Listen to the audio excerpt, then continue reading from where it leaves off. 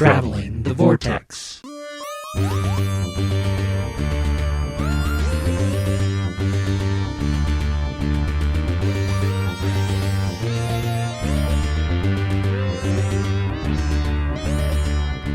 We've joined the doctors.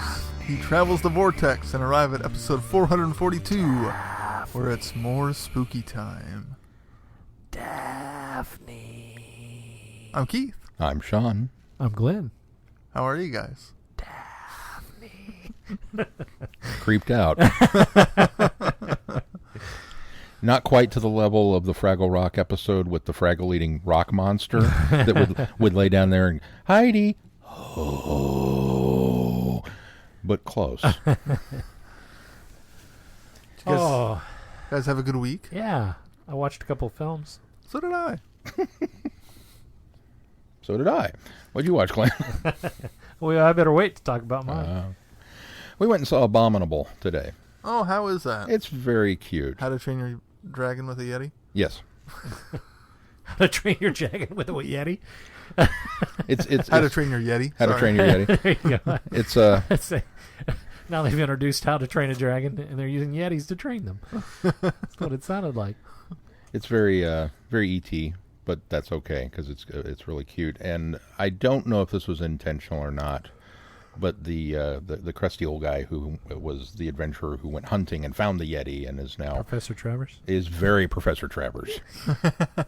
I don't know. I mean, he's not named that, but he goes on and on and on about how the scientific community won't believe him without proof, and it's just like, man, I'm getting a huge Doctor Who vibe off of this.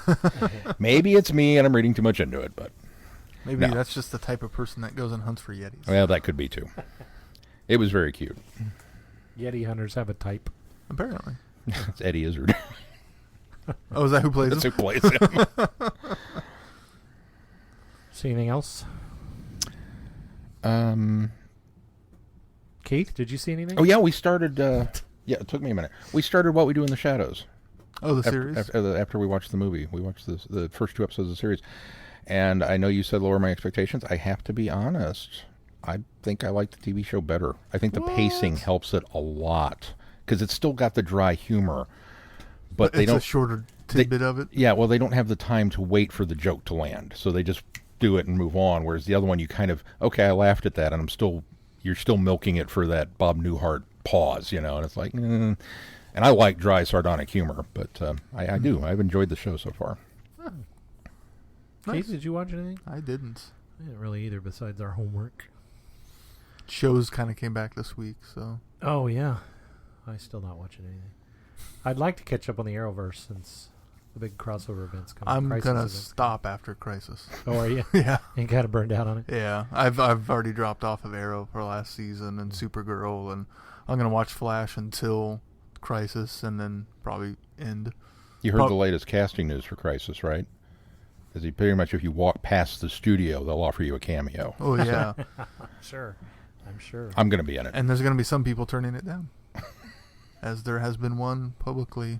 Oh, has there? Who was that? The guy who played Lex in Smallville turned it down. Okay. Rosenbaum? Yeah, Michael Rosenbaum. Oh, well. Yeah, there's going to be enough other people that That's there's a lot. There's enough fan service in there. All right, well, should we move on to feedback? Okay. No. I did it again, didn't I? We can do let's do feedback. You were feedback. just going to go with it. Let's do feedback Let's first. do We can do feedback feedback first. Feedback this week I'm comes... just so excited to hear what Jamie has to say. Feedback this week comes from Jamie. Greeting Vortexers. On the topic of cast ages when comparing TV versus audio, I just finished Castrovalva and then listened to Psychodrome, which takes place very soon after it. It's a good story, by the way. It does a lot to build the TARDIS team's relationships with each other that the TV series never really did. Adric sounds off, doesn't necessarily sound older, but maybe a bit more high-pitched, more hoarse. The Doctor does sound a little older, but it doesn't bother me like it did you guys when you first started listening to Big Finish.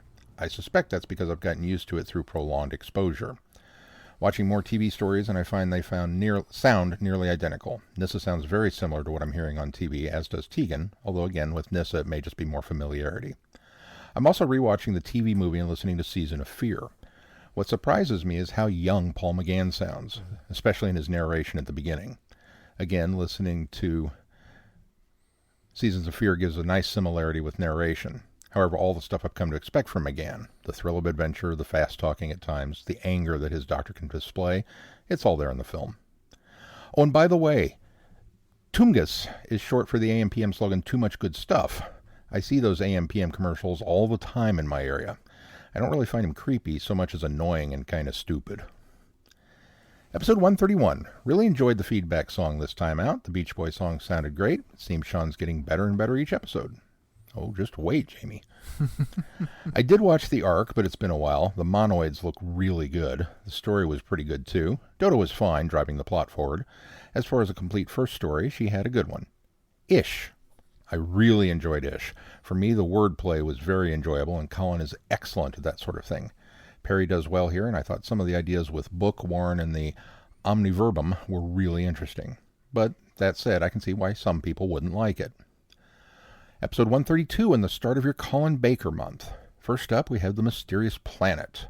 I remember enjoying this when I watched it several years ago. I remember Glitz, although my memories of him are blurred with my memories of Dragonfire. I don't remember Dibber as much. I did do a quick IMDb wiki search, and as far as I can tell, both actors are still alive. So having Glitz show up in a Colin or Sylvester story isn't outside the realm of possibility. Prisoners of Time 6. I enjoyed this one. This is where the main arc starts to really pick up. The art is great, and I really enjoy Frobisher. You talked about the issue's story with the Master and the Autons, possibly an homage to the unmade Season 23 story Yellow Fever and How to Cure It, being unfinished with an abrupt ending. Well, having just reread it, I can kind of see your complaints, but I guess I just assumed that after the Doctor melted the Autons, the Master fled like he normally does. Still really enjoying this whole series. Episode 133, Trouble in Paradise. I remember enjoying this one and thought the Space Buffalo was hysterical. But it's been ages, so my memory may be a little hazy. Quick side note, if you would like to own a Traveling the Vortex Space Buffalo t-shirt, visit our website. That's me and not Jamie. As for the Doctor Who theme and its variants in Big Finish, you praised Destiny of the Doctor series for having the proper theme variant for the featured Doctor, while childing the main range for not. And it's true that in the beginning, apart from the new theme for the 8th Doctor, Big Finish used the primary 4th Doctor theme for everyone. This isn't the case anymore. And I, for one, am extremely glad. Mind Warp. Now, I actually enjoyed this story. Yes, Brian Blessed is awesome, but I kind of like Syl. He's fun for me. I haven't seen Vengeance on Varos, so this is my only exposure to him on television. I have listened to his 2 audio appearances, though. I enjoyed him in those for the most part. I guess his sliminess is just really fun to watch and or listen to. A new Syl video by, not Real Time. Yeah, I think it is Real Time. Yeah, I think it is out now. I saw on Is DVD. it? Yeah. Oh, yeah. At least I saw an ad crop up on something, so it's been released or it's close to release. And what's his name? Neil Saban? Saban? The actor that played Syl is back in that. Yeah. So Yeah. we'll have to make sure we get that on the schedule once a copy is available. 134. I believe I heard a Twice Upon a Time prediction somewhere in here. Also, I'd like to bring attention to a Day of the Doctor prediction. I think it was from Keith, that the Zygons would be a pre-credits only and a red herring to distract us from the Daleks being the main foe. Not quite. It's fun to have our mistakes thrown back up in our faces after all these years, isn't it? They still were. They weren't they were the heavy, but they weren't still. Well, you're not wrong. I mean, the Daleks were kind of the bad guy of. You just weren't right, but you weren't wrong. But I wasn't wrong. I'll take it. Also, like the feedback song, The Doctor Revisited 6. It's been quite a while since I've watched this. However, you guys mentioned wanting an honest look at the era. Might I point you to Clever Dick Films on YouTube? He's made an excellent videos on the history of Doctor Who, the most recent being McCoy. Well worth the watch. We'll have to look that up. As for Terror of the Vervoids, I remember it sort of, but it's in fragments, so I can't really say more. And that brings us to Melanie Jane Bush. I don't mind Mel. She's intelligent, inquisitive, is known extensively by casual fans as a screamer. Because of the way Season 23 was structured, as well as the behind-the-scenes drama, Mel and the Sixth Doctor kind of got the short end of the stick. We know that they have or will have adventures together, and Vervoids is just one of them. Mel has gone on to much better realized on audio with a total of 8 main range stories featuring Mel and Sixie. Granted, that's a relatively small number, and most of Mel's stories have her paired with McCoy, but she's been given a lot more to do than just scream and ask questions. Episode 135. Over the course of Colin Baker Month, you guys talked about a hypothetical biopic of the Colin Baker era in the vein of an adventure space and time. Could you guys see Jason Momoa as the actor to portray Brian Blessed? They look similar, and I think the Momoa could pull off Blessed's energy. What do you think? I think you just get Brian Blessed. I mean, the man's immortal. The man's ageless. He is. He's not going to die. He's too ornery. As to Odd Duck Phil's email on multi-doctor pairings, I agree that 8 and anybody would be great. Any multi-doctor pairing would be great. The Ultimate Foe. I enjoyed it. Would really like to see a finished Robert Holmes version. The Valeyard was a decent villain, and the appearance of the Master was handled well enough, although not necessarily needed. And that brings us to the trial as a whole. I enjoyed this aspect of it. Was it handled as well as it should have been? Well, I don't know. We should have gotten the original season 23 and more years with Colin. The Inquisitor, her name happens to be Darkhel, was good. Michael Jaston did well with the Valeyard, at least with the material he was given. It's still a mess, I'll say that. Although given everything going on at the BBC, it's understandable. Apart from a Seventh Doctor novel and a handful of Big Finish stories, nobody seems to want to touch the Valeyard or the legacy of the trial. And that leads us into the Sixth Doctor retrospective. I really like the Sixth Doctor. Yes, he's brash, arrogant, and loud, but he's also kind, intelligent, and a champion of the underdog. He is the Doctor. Big Finish has done wonders for his characterization and fan perception. What I would say, the quintessential Sixth Doctor story, well, I don't know. I haven't seen all of his short TV run, and what I have has been a long while back. I also haven't seen the highly regarded Vengeance on Varos Attack of the Cybermen. I would say if you really want to experience the Sixth Doctor, you need the audios in there for sure. One last thing before I sign out. I've made it to the Fifth Doctor in my big watch-through review. Hey, congratulations on finishing Tom. I'd like to comment on the sonic screwdriver. At the time of writing this, I'm only one episode into Kinda. However, Kinda. Yes, I know, I did that for you. However, I always remember the Sonic was destroyed in the Visitation because of overuse. And as I watched through the Fourth Doctor's era, I was curious to see how a device that he barely used could be destroyed by the production team for overuse. It turns out the Sonic only appeared in 14 of the 41 aired Tom Baker serials, at least as best as I can tell. And then Peter Davison gets the role, and suddenly the writers remember that stupid thing exists, because it appears in each of the first 3 stories of his era in some way, with quite a bit of use in Four to Doomsday. Personally, I think that its overuse in the modern series is much more noticeable than it ever was in Classic. I suppose I can see why the production team in the 80s decided to destroy it, but it wasn't really necessary. Not compared to the use it gets today. That's enough for me from now. Until next time, Jamie. Thank you, Jamie. Thank you, Jamie. We do a whole episode about the sonic screwdriver and overuse, so look forward to that. Yeah. In your future. All right, now should we move on to news? Yeah, let's do a little bit of news. Our first bit of news is in 2020, Doctor Who is going to become a Build-A-Bear. There's going to be a collection of Build-A-Bear. Or in Build-A-Bear. With Build-A-Bear? I'm not sure what the correct proposition is. A Build-A-Bear branded Dr. Bear.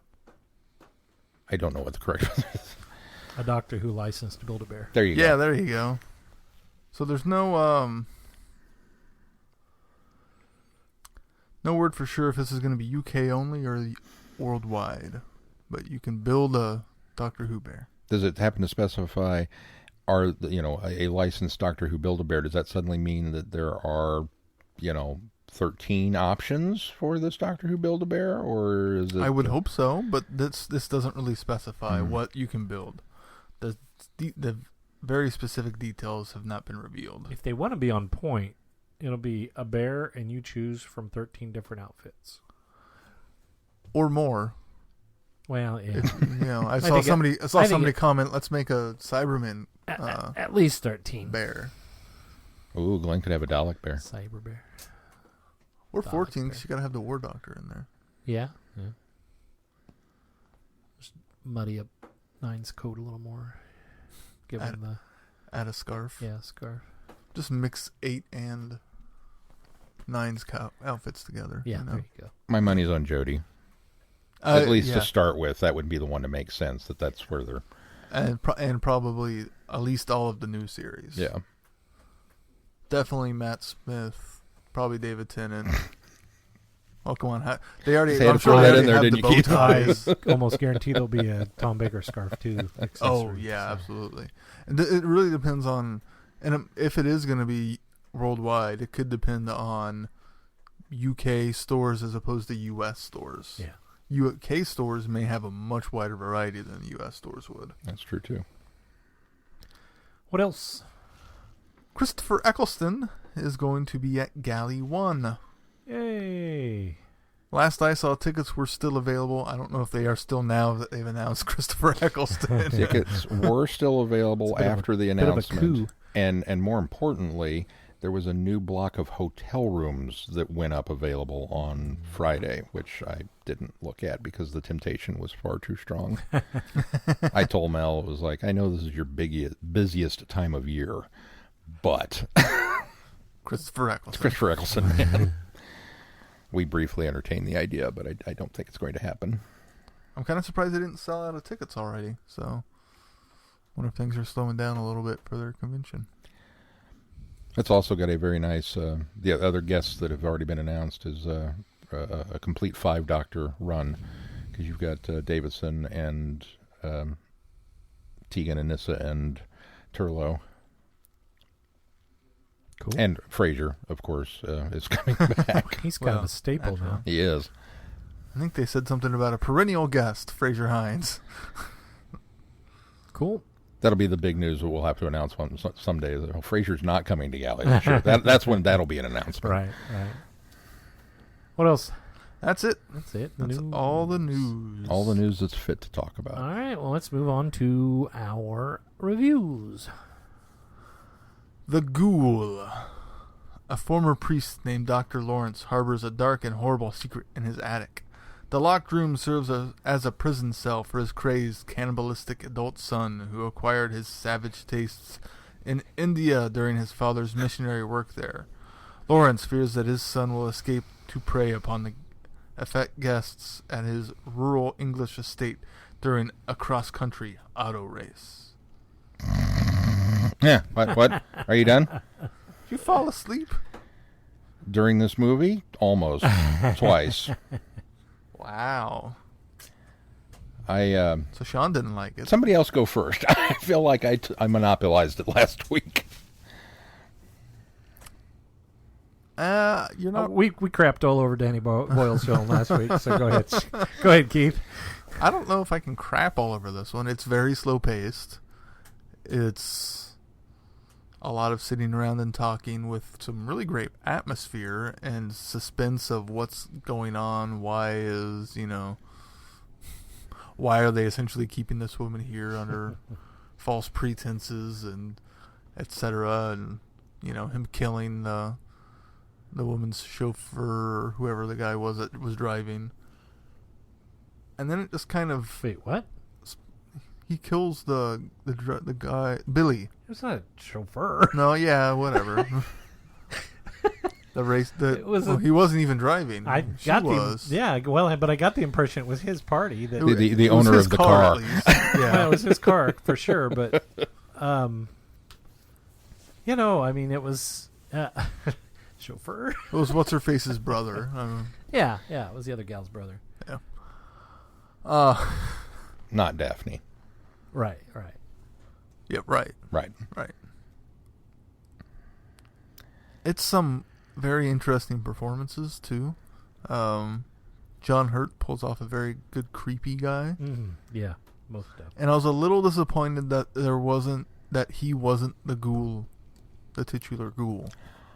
I thought they were heading that direction. Angela. Thank was you. the other gal. Was quite when John Hurt first shows up, which for the record is 22 minutes into the film, because the rest of the first 22 minutes are about this party and some underage drinking and a car race. That's totally. I don't know if it's underage drinking because they were in London.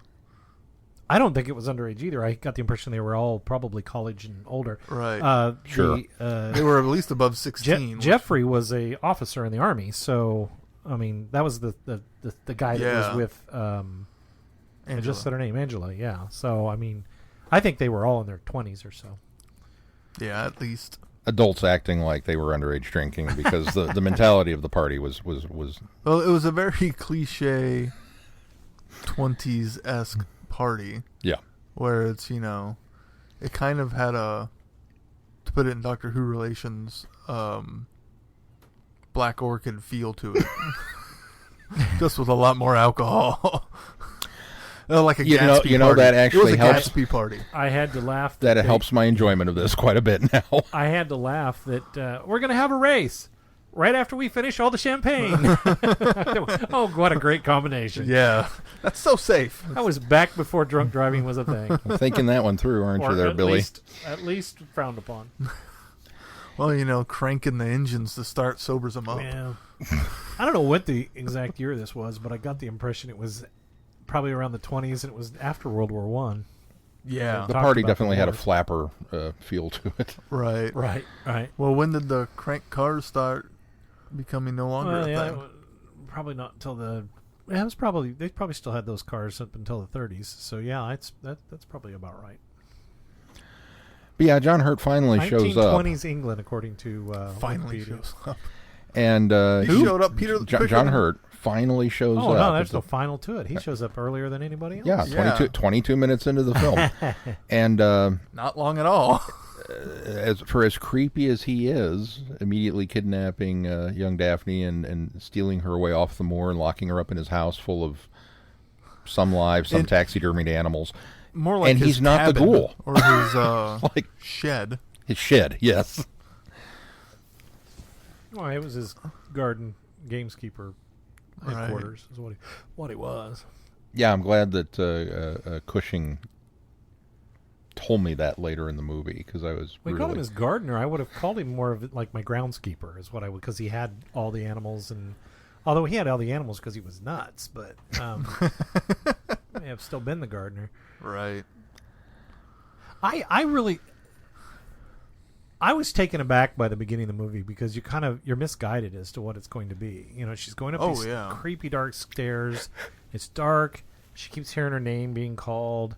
She goes up the stairs. She goes in the room, and she sees this guy hanging on a meat hook, and he's still alive. And he's like, Daphne. And then they turn on the lights, and like everybody's, yeah, it's a party. Didn't scream. You didn't scream. Good job. It was all a party game. I get points because I didn't scream, right? Yep, you did. And I thought, what a wild misdirection. So I was actually kind of pleased by that because I thought, I didn't expect that to happen. You start a movie like this, and then suddenly you're like, But the race, I admit, the race was. They were trying to build some early suspense, I think, is what they were doing. And I wholeheartedly expected somebody to crash and burn and die a lot earlier in that race. But and not just run out of gas. Yeah.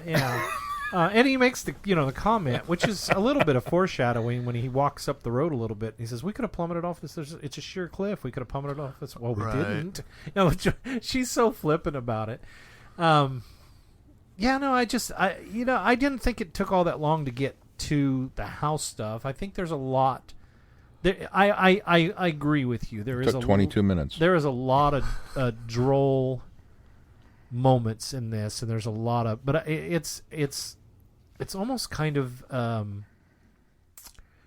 liked it. I liked that it was just this kind of suspenseful build up for much of the film once they get past the race, because I agree the race was a little bit but I liked the suspense. I liked the build up. I love the interaction between Daphne and Peter Cushing. What was his, Dr. Lawrence, which he was the doctor.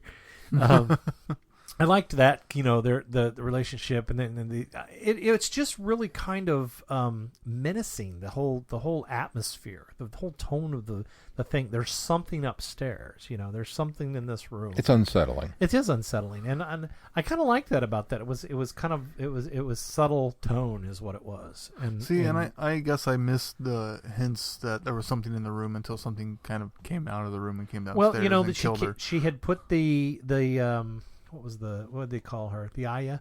She had she had been putting the bowls up there in front of the door.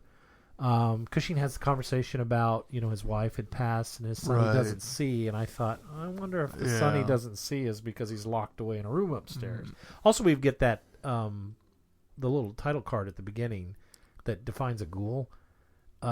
Which I couldn't quite read it because of the quality of the film, but it's something and that about horrible red font. It said something about locked away in the attic or kind of thing. So I knew that to me set the tone that there was something up there behind the door and that was obviously being hidden. I like the development of Cushing's character of this like tormented religious man who loses his faith over the fact that his wife is killed, but it's not disclosed till later that the reason he's going through this is because he promised her to take care of the son. But just this struggle and torment between the Eastern philosophies of religion and Christianity, and how he's brought the Aya into the home in order to basically go through the ritual of feeding the son, but he would lock himself away in the little chapel sanctuary that he's built for, in order to do violin. And to pray. I mean, when he goes in there and he's obviously tormented by it, and he's still trying to seek some forgiveness for what's happening and what he's letting go on. So I thought that was cool. It was a really neat dynamic of this struggle that he had with. I mean, he's clearly also gone mad as well, but more in a subtle tone than John Hurt's character has. Yeah. John Hurt character, and I think that it's kind of relayed to us later when we learn that he was in the army. I think that he did. I think he's the way he is probably because of going through the war. He's shell shocked. Yeah, he is shell shocked, and Jeffrey brings that up. Peter Cushing was absolutely mesmerizing every time he was on screen. It doesn't matter if that man is Grand Moff Tarkin or Victor Frankenstein or Doctor Who or Van Helsing or even in Dr. Lawrence's character. It doesn't matter what character he is. He's so charming in everything. Yes. Yeah. Whether he's being evil or whether he's being the ultimate good guy, he's just got this sophistication and this charm that I absolutely love watching out of that character or out of that actor. It's just he's so amazing. And I think he's the best part of this. He's the best part. That I will 100% agree with. John Hurt is the second best part of this. His performance is phenomenal. I mean, you're so uneasy with this guy that you just feel creeped out. Yeah, it when puts he's you around. off, and I like that. I like that in a performance in a film. And then how desperate he gets, and how much he turns the tables once he gets in that quicksand at the end. That was some great performance too. So now you can consider we got a twofer here because we got John Hurt as the Doctor, who played the Doctor. We've got Peter Cushing who played the Doctor. We also got, and I don't know if you guys do this, but Ian McKellen who played Jeffrey also played Nilsson in Warriors of the Deep in Doctor Who. Oh. He was one of the East Block guys. He's the one that kidnaps Tegan in Warriors of the Deep, and he's the one that ends up. I think the Doctor used the ultraviolet converter on him and blinded him, and then ultimately he stumbles around and gets shot by the Sea Devils. That's Ian McKellen. I did not know that. So we got a threefer on this one, which we're going to turn around and do again in the next. Well, not a threefer, but we're going to twofer in the next one as well. But no, I liked it because it's atmospheric. It's not one that I can revisit and watch several times, but I quite enjoyed it. And I think the detriment to the film is that the Ghoul is underused, maybe to a point. Maybe it's just. I think there's a good reason he was underused. It was because once he became on screen, I was not impressed by his look. Well, the makeup could have been better.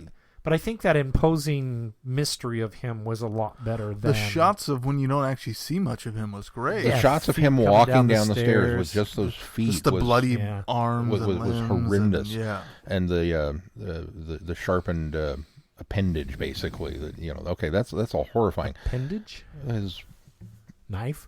well, initially when you first see it, it almost looks like it's part of his arm. It's 'cause yeah, it's the way he's because holding it. It's got the little knuckle Yeah. grips. So that's all horrifying. But yeah, the final shot when he actually steps out and it's like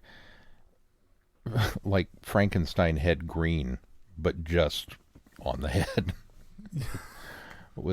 Yeah, I'm not going to dog on it because it's a production thing, and it's like I understand, but that was that seemed an odd choice that they went. Now maybe because ghouls are traditionally green, I don't know, but Or if nothing else, I would have liked to have him be a bit more than a lumbering monster. Something a little bit more depth, or I was okay with it. in the plus column is definitely the performances, because Peter Cushing, as you said, is phenomenal, and the torment that he went through was certainly interesting.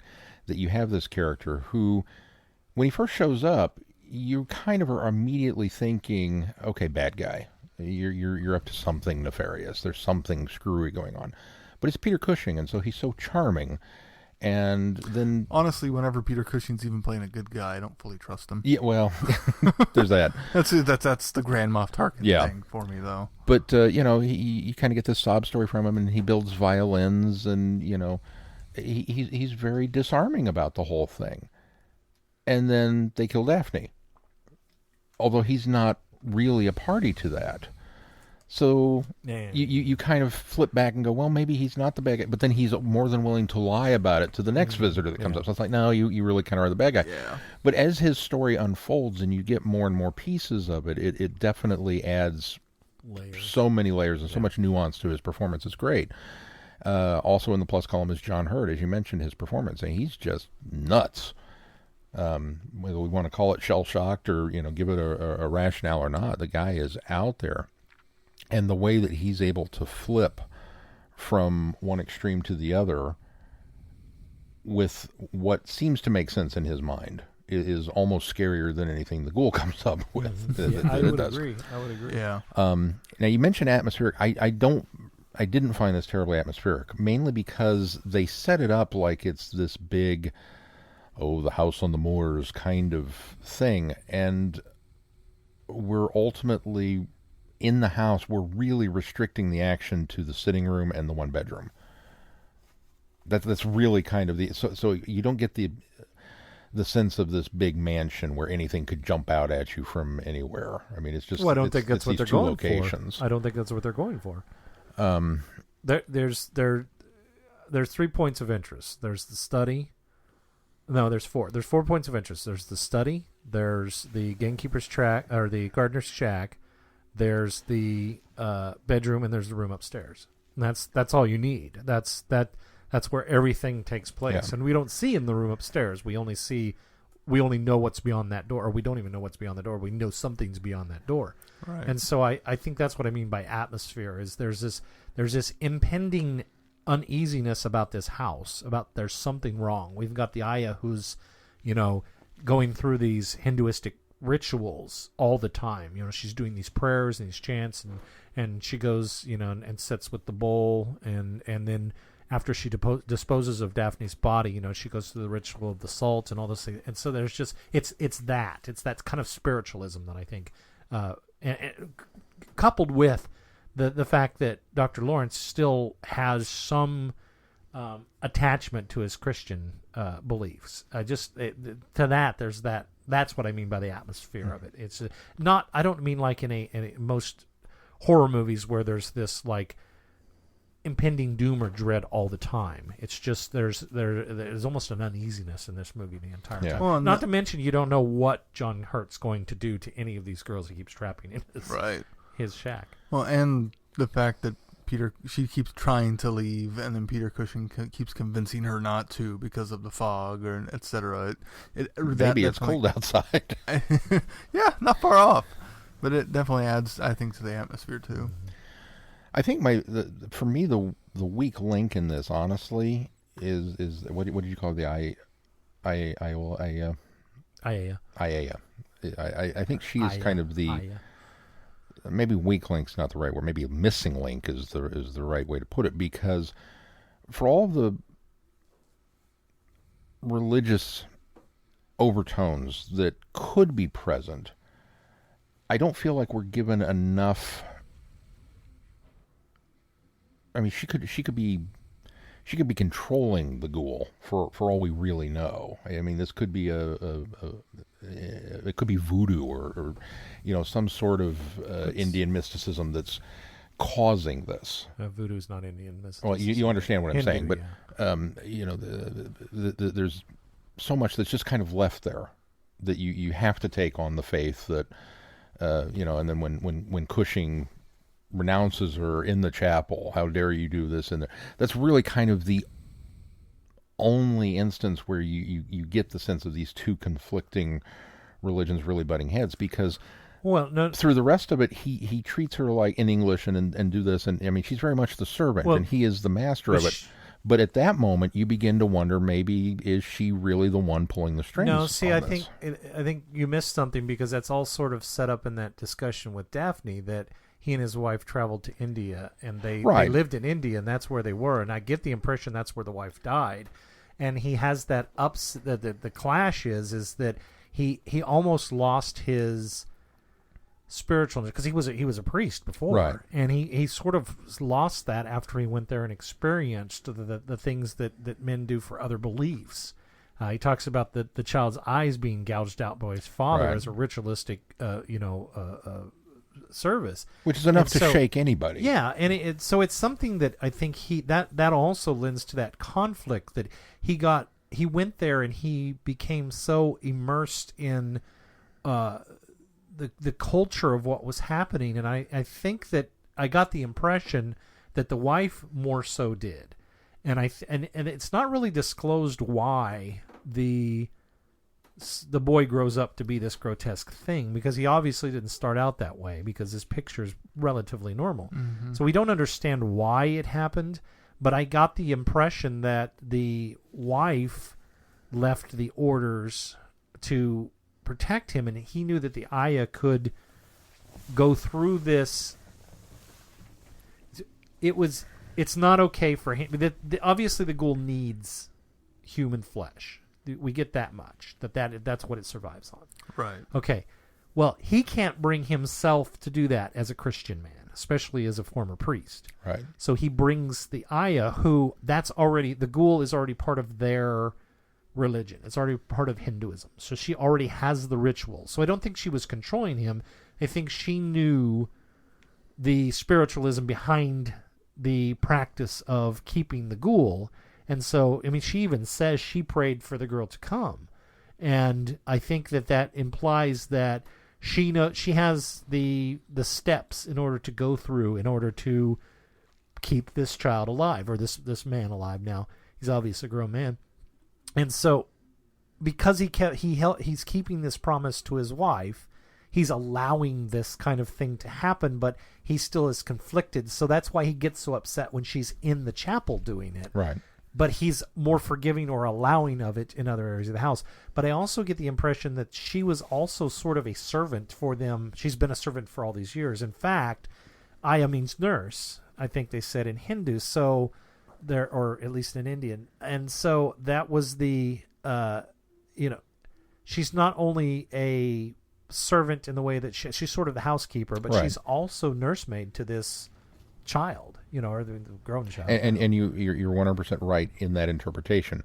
But I also can see it going based on the same set of facts, that whatever happened to the wife and broke him, that the Aya could be, leeching off of that she could be the one that either caused it or controlled it, and that he is so broken that he doesn't realize how much in control of the house that she is. Maybe, but I prayed to bring this woman to us. Maybe, but I'm doing that. I mean, I think it lacks enough evidence to. I think the leap is too far for that. Right. Well, so I think like that's I why can see it either sort of way. rationalized it the way I'm rationalizing based on the evidence that's presented.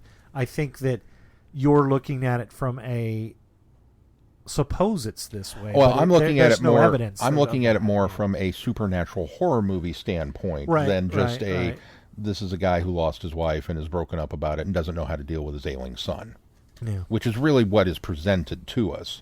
Yeah. But the fact that it is a horror movie and it's called The Ghoul, I was maybe reading more into it because I was expecting there to be more to it. Yeah. And the fact that she makes it out. Of all of the people in this movie that die, the one person that deserves we don't it know. is this. We don't know for sure. We know he shot himself, but there are 2 shots because there's a shot as she's running from the house, and there's a shot afterwards, after that, and then we see him dead.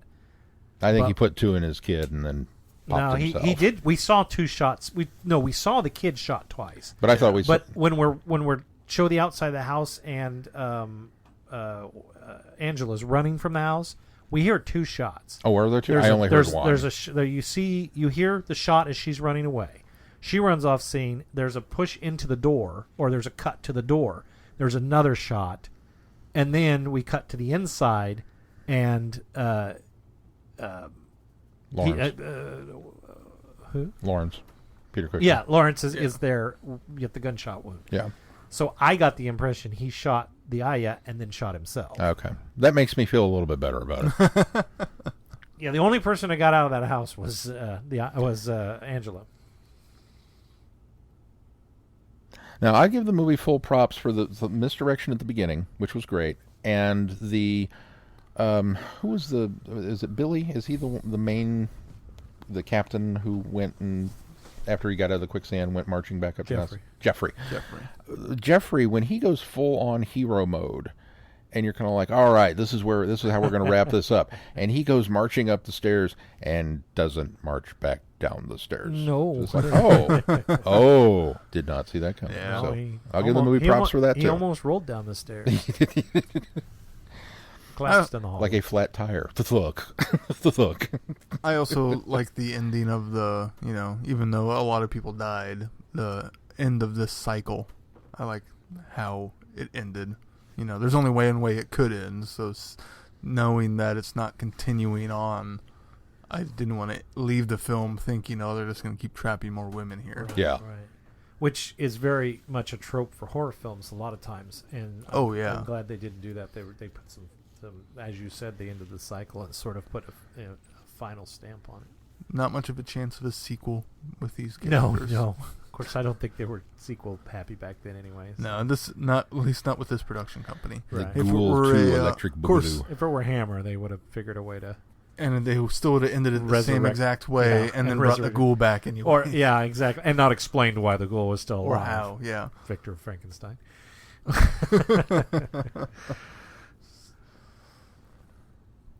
It kind of had a slightly... This is because I think it was Peter Cushing in a 75 film in the UK. It had kind of that Hammer feel to it to me. Yeah, and it wasn't even America's or Amicus or Hammer. It was Tyburn Film Productions. Right. So, which I'd never heard of. What's their number 1 rated film, according to IMDb? That year. In the UK. Oh, maybe. no, it's just listed as number 1. Oh. It's not the highest stars on IMDb. So, the guy that directed this, Freddie Francis, he did direct a bunch of stuff for Hammer. He did Evil of Frankenstein, Trader's Gate, Nightmare, Dr. Terror's House of Horrors. Oh, that was for Americas. So he obviously went between Hammer and Amicus. Why do I say Americas? Amicus. He went back and forth between Hammer and Amicus for most of those films. Is there anything that you have found or looked up? I'd heard a story, and I didn't have a chance to research it, that apparently there was a bit of a brouhaha as far as how the director got Cushing's performance discussing the wife. And that there was something caused a falling out between them because of the way that the director went after that. And I didn't get the chance to look it up, so I didn't know if you knew that. I did not know that. I'd be curious to know what that story was. No, I do know that there was a 90-minute cut of this when it was going to be released, and the UK Film Board made them cut out, I think, about 7 minutes of film. And I looked, and I think we got the theatrical cut that we watched from Amazon. But apparently there's a 90-minute cut out there that they put back together for the Blu-ray that has a few more scenes in it. I think the party scene, I read was longer.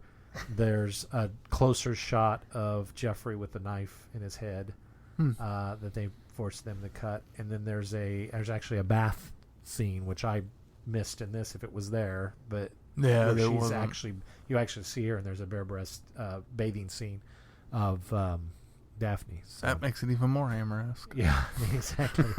But that was cut for the theatrical cut. So which is funny because the little title card on Amazon Prime has a shot of her in the bathtub, Right. but she's not in the bathtub in that film. So. Weird. All right, should we move on to Attack the Block? Hey, we're doing these Doctor Order. Good job, Keith. Yeah. Attack the Block is a fast, funny, frightening action-adventure movie that pits a teen gang against an invasion of savage alien monsters.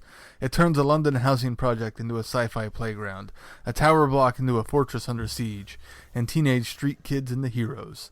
It's inner city versus outer space. Bruv. Bum, bum, bum. Yeah, I really liked this. You did? Yeah, I really liked Good. this. Another twofer, too. We got I'm glad you really. I was got- concerned that you would not like this we got one. Jodie, and I didn't know that Nick Frost was in it. But we got Jodie Whittaker as the Doctor, and we got Nick Frost who played Santa in the or Father Christmas in the. I liked this one more the second time. I think that you helped prepare me for this because I remember when you reviewed this, I did a little review for the podcast when you first saw it, and you said that the preview is very deceptive. It's not as much a comedy as the trailer really makes it out isn't. to be. And so I was prepared for that. And you're absolutely right. That trailer is very deceiving.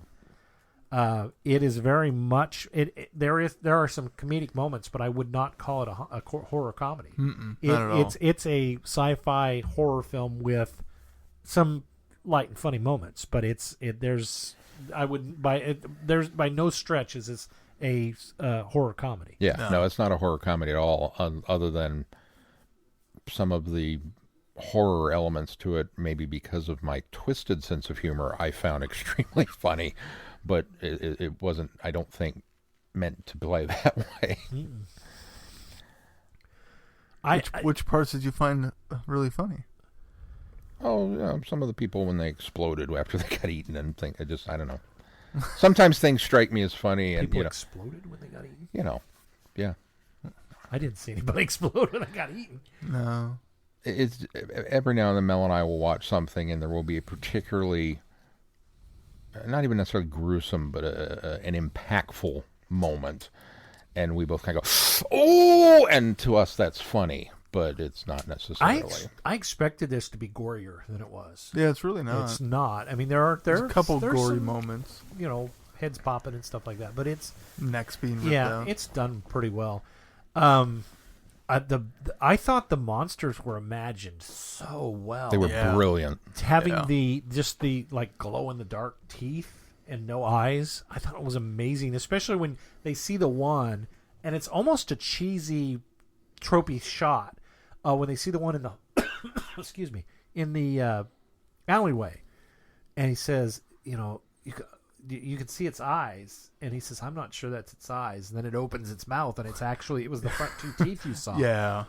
That's some amazing. And I mean, in fact, I think 90% of this was practical effects. I think those were guys in suits, but they moved so well, and they did a little bit of. I think the only CGI they did was a little bit to make the black even blacker. Yeah. Well, and I think obviously there was CGI on the mouth to make it glow. I don't think I don't know. I wouldn't be surprised if they made some LED prosthetics or something. They made some really good phosphorescent lighting there if they did, because that's what it looked like, was just really intense. That just didn't look too phosphorescent CGI'd to me.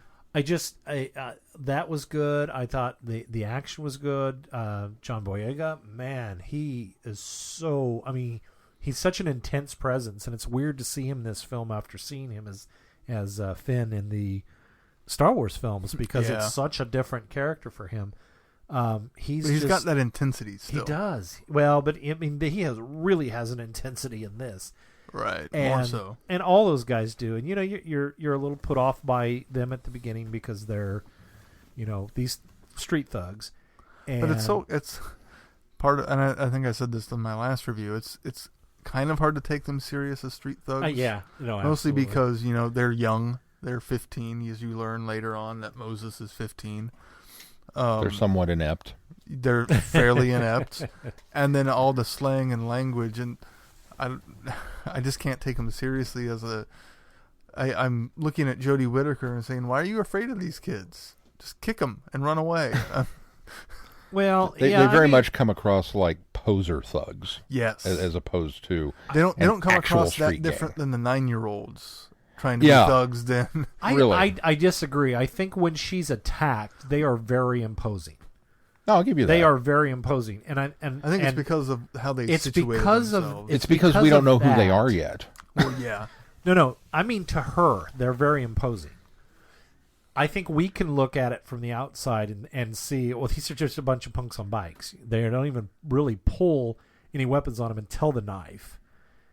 But she's in a situation where she's being victimized. And so I'm almost sympathetic for her of still being afraid of them when they come into the apartment. And it just, I could sort of put myself in her position, especially as a woman too. When she hasn't had prolonged exposure not to as them. especially as a woman, because I can put myself in the place of a woman, but I can see where you've been victimized by somebody, and so that trauma sticks with you. I think what Keith means is because of the third-party perspective that we have. Right. The initial. But that's why I'm not saying why aren't you kicking them and just because we have. I didn't expect her to from the plot story-wise, but it's hard for me to take them seriously as a threat in general. Right. When they first show up, they are a threat because this is what we know of them. We know nothing at this point. They just mugged her, and we get to know them before she gets to know them. Exactly. Too, so. And in that time frame, we get that wonderful scene of them all responding to cell phone calls and having to check in with parents. And yes, I'm on my way. I mean, these are obviously not hardened criminals, but she didn't know that. Right. So. Exactly. That's my point, though. Is that's why I couldn't sit there and say, why don't you just kick these guys? Because I know I'm being led in on more than she is. I guess that's my point. I don't think that's a detriment to the film at all. No, I don't think it is either. It took some. I think that's why I also there's some enjoyed realism it more the second time. I think there's some realism in that too, though, because I think that what maybe even in the urban centers in London, I mean that's almost from what we experience here with the urban centers in some of our larger cities. I think it's almost makes theirs be more tame to us on a certain level. But to them, from what they experience, that's, hardcore. So I think... Yeah, there could be a very big difference. Of right. I think maybe perspective is different. I mean, their police don't even carry guns most of the time. I wish Nick Frost had a bigger part. I really thought that there could have been a little more humor with that role. It's there. It's just not... It's like they wrote that character for a specific reason, but didn't really utilize that character enough. I can see that. Yeah. But yeah, I'm doing most of the talking, guys. I mean, obviously you're on your second time through, so it's kind of harder to review. What'd you like about it? Everything. What didn't I like about it? There's not much there. I loved the. We always talk about films less when we don't find anything to tear them apart. I liked the.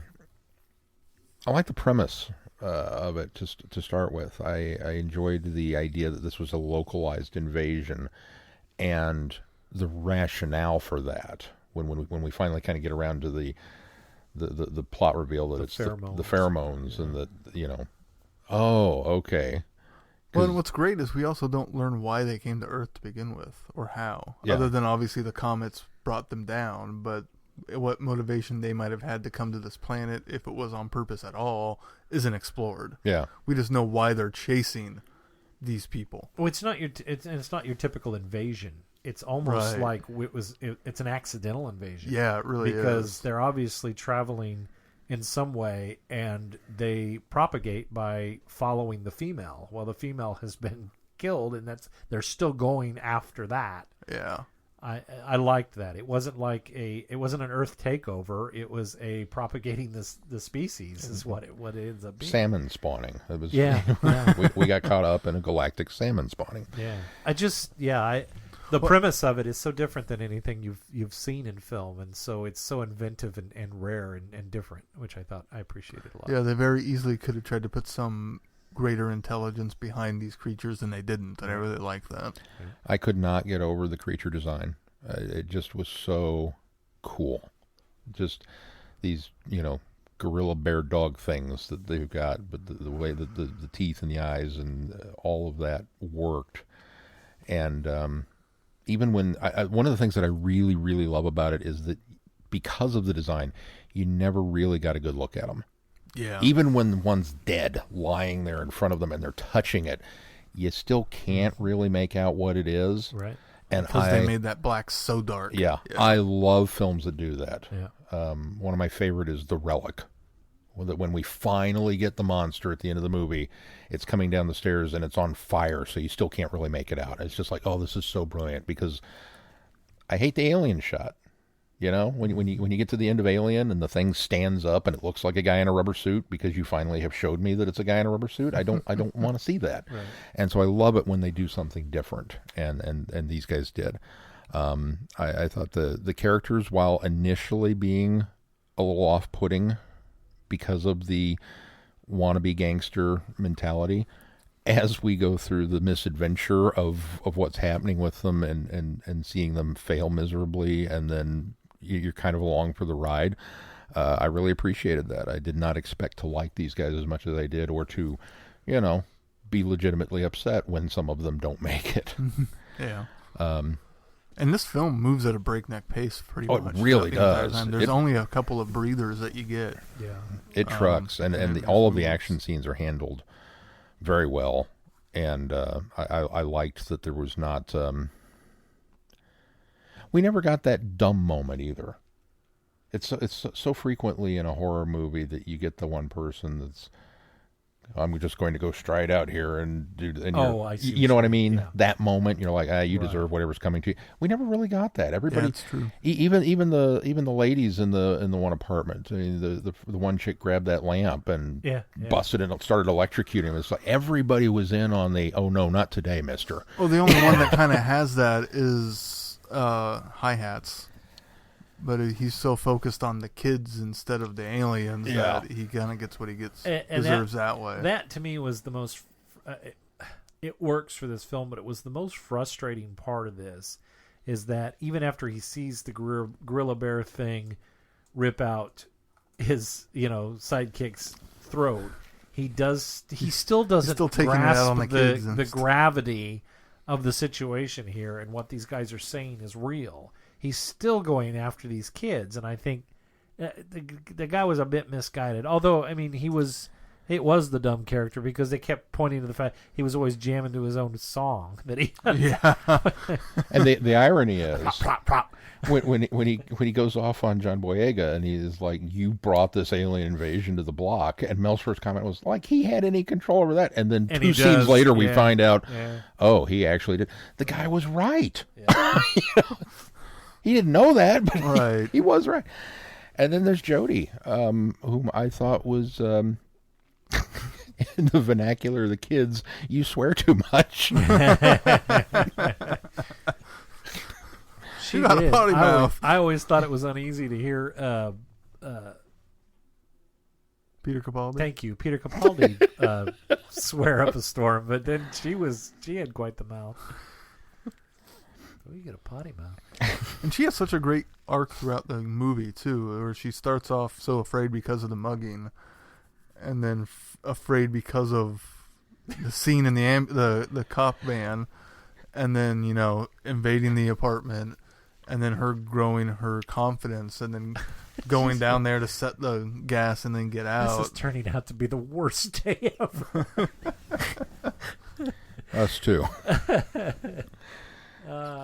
Yeah, no, there was a lot to like here. I'm mad at myself that this is, that I didn't watch it before now, because I'd heard me good too. things about it, Me but I too. just I'll get to it eventually, and it never really became a priority. But I really really liked this movie.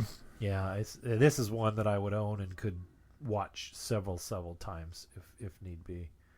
Just this is one I would Just revisit hopefully with a lot. subtitles. Yeah, Maybe the and next time with it's- subtitles. I rarely watch films with subtitles. But this one I think I would have. I'm not even sure. It was so slang heavy though.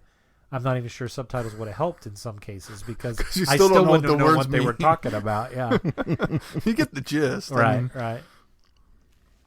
I think was it Pest was the the young. white kid. Yeah. He was funny. I really enjoyed him. Well, and I liked the kid with the glasses too. He was Yeah. we kind of sympathetic to all of them Jerome. at some point. Yeah, Jerome.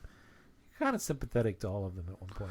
On the fact that the 2 9-year-old kids Oh, man. wind up saving the kid in the dumpster, but I then going and hiding love that with because they them. think they're going in with water guns. They're like, these got water guns, and then they even call the one gun a toy, and they end up with the toy gun, and the one that's effective is the one they leave with the the big kids. super soaker, and then Yeah. they set it on fire. What was it? What was the kid wanted to be called? Mayhem. Mayhem. So what? You're never gonna be called Mayhem if you keep acting like that. No one's ever going to call you Mayhem if you're going to keep acting like that. That was good. Man, that Yeah. was good. Those two kids were funny, too. That was some of the humor, I think, that Oh yeah, they're pointing to as the comedy. But, them and the kid other kid you were talking about.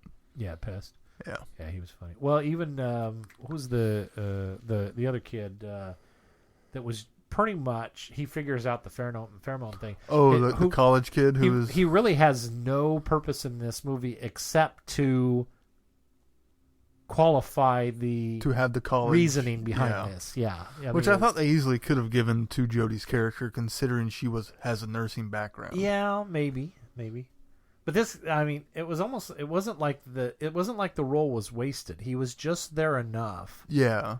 That, I mean, it's his car that Right, the impact right. And I starts think- with. I think that's where they did it right. Is Yeah. he always continually he was in the elevator when the guys are first going or getting ready to get in the elevator when the guys are first going to go Yeah. up to the floor.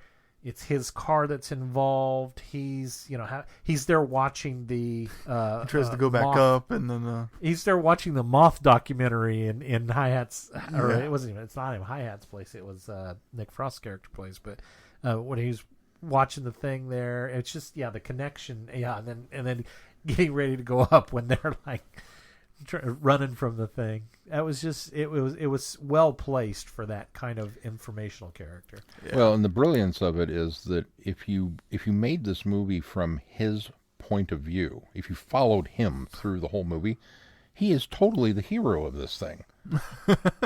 Because the initial instigating incident, it's his car, Yeah. and then all of the beats that kind of happen throughout it, in a way, he's present for all of those, and then he's the guy that figures it out at the end.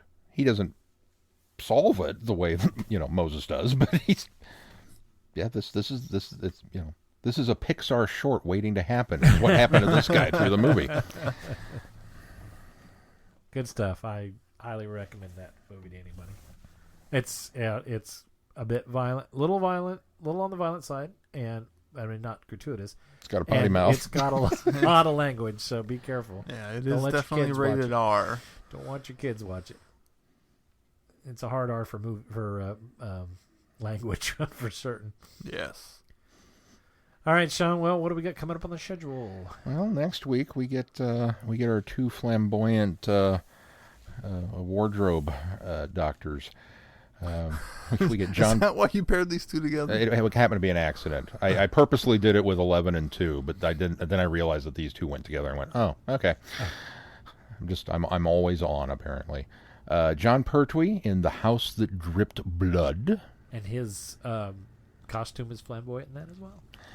and Peter Capaldi in Lair of the White Worm. Both of these are streaming free on Amazon Prime, if you are a member, so you can follow along with us and do that. And then the next week, we cheat a little bit because we get Peter Davison, Colin Baker, and Sylvester McCoy all starring. And John Pertwee. And John Pertwee. And John Pertwee again, yeah. All starring in the Air Zone Solution, which is also on Amazon Prime. And then David Tennant in the remake of Fright Night, Yay. which I've never seen that. I haven't seen that yet either. Of course, Neither. but realistically, I haven't seen House That Drip Blood or Lair of the White Worm or the Air Zone Solution. There's none of these you've seen. Yeah, there's very 28 little days on later. There's nothing on this list I've seen. This is Except all you new saw to me. 28 days later. I'd seen 28 Days Later. That's the only You one. haven't seen The Omen? I have not seen The Oh, Omen. I'll be darned. That's yet another on my list. That one's so. going to be rough for you. You think? Yeah. Like Exorcist rough or... Yeah, I mean, in that vein. Okay. So watch it in the middle of the afternoon I might have to. with the lights on. I mean, I know it's cliche to say that, but you know, when you work in video, people ask, I need a scary movie, and I was kind of defaulted to, you know, I don't like horror films, so I'm not the person to ask, because I genuinely think Something Wicked This Way Comes is one of the scariest movies ever made. The creep factor in that is just through the roof, and then it's got spiders in it on top of that. But if you're going to pin me down, I default to The Exorcist, because I legitimately think that one is a scary film. Oh, it is scary, yeah. Even as old as it is, even as, you know, everything that goes on, that is a scary movie. That's why last week when he read the back of the box for 28 Days Later and they were liking it to The Exorcist, I was like, are you kidding me? That wasn't near as scary. Yeah, as it no, is. it's not apples and oranges there. Anyway, you can find the schedule. It's all updated on our website. While you're there, be sure to check out our Patreon link and consider supporting this podcast. And thank you for those of you that are supporting us already.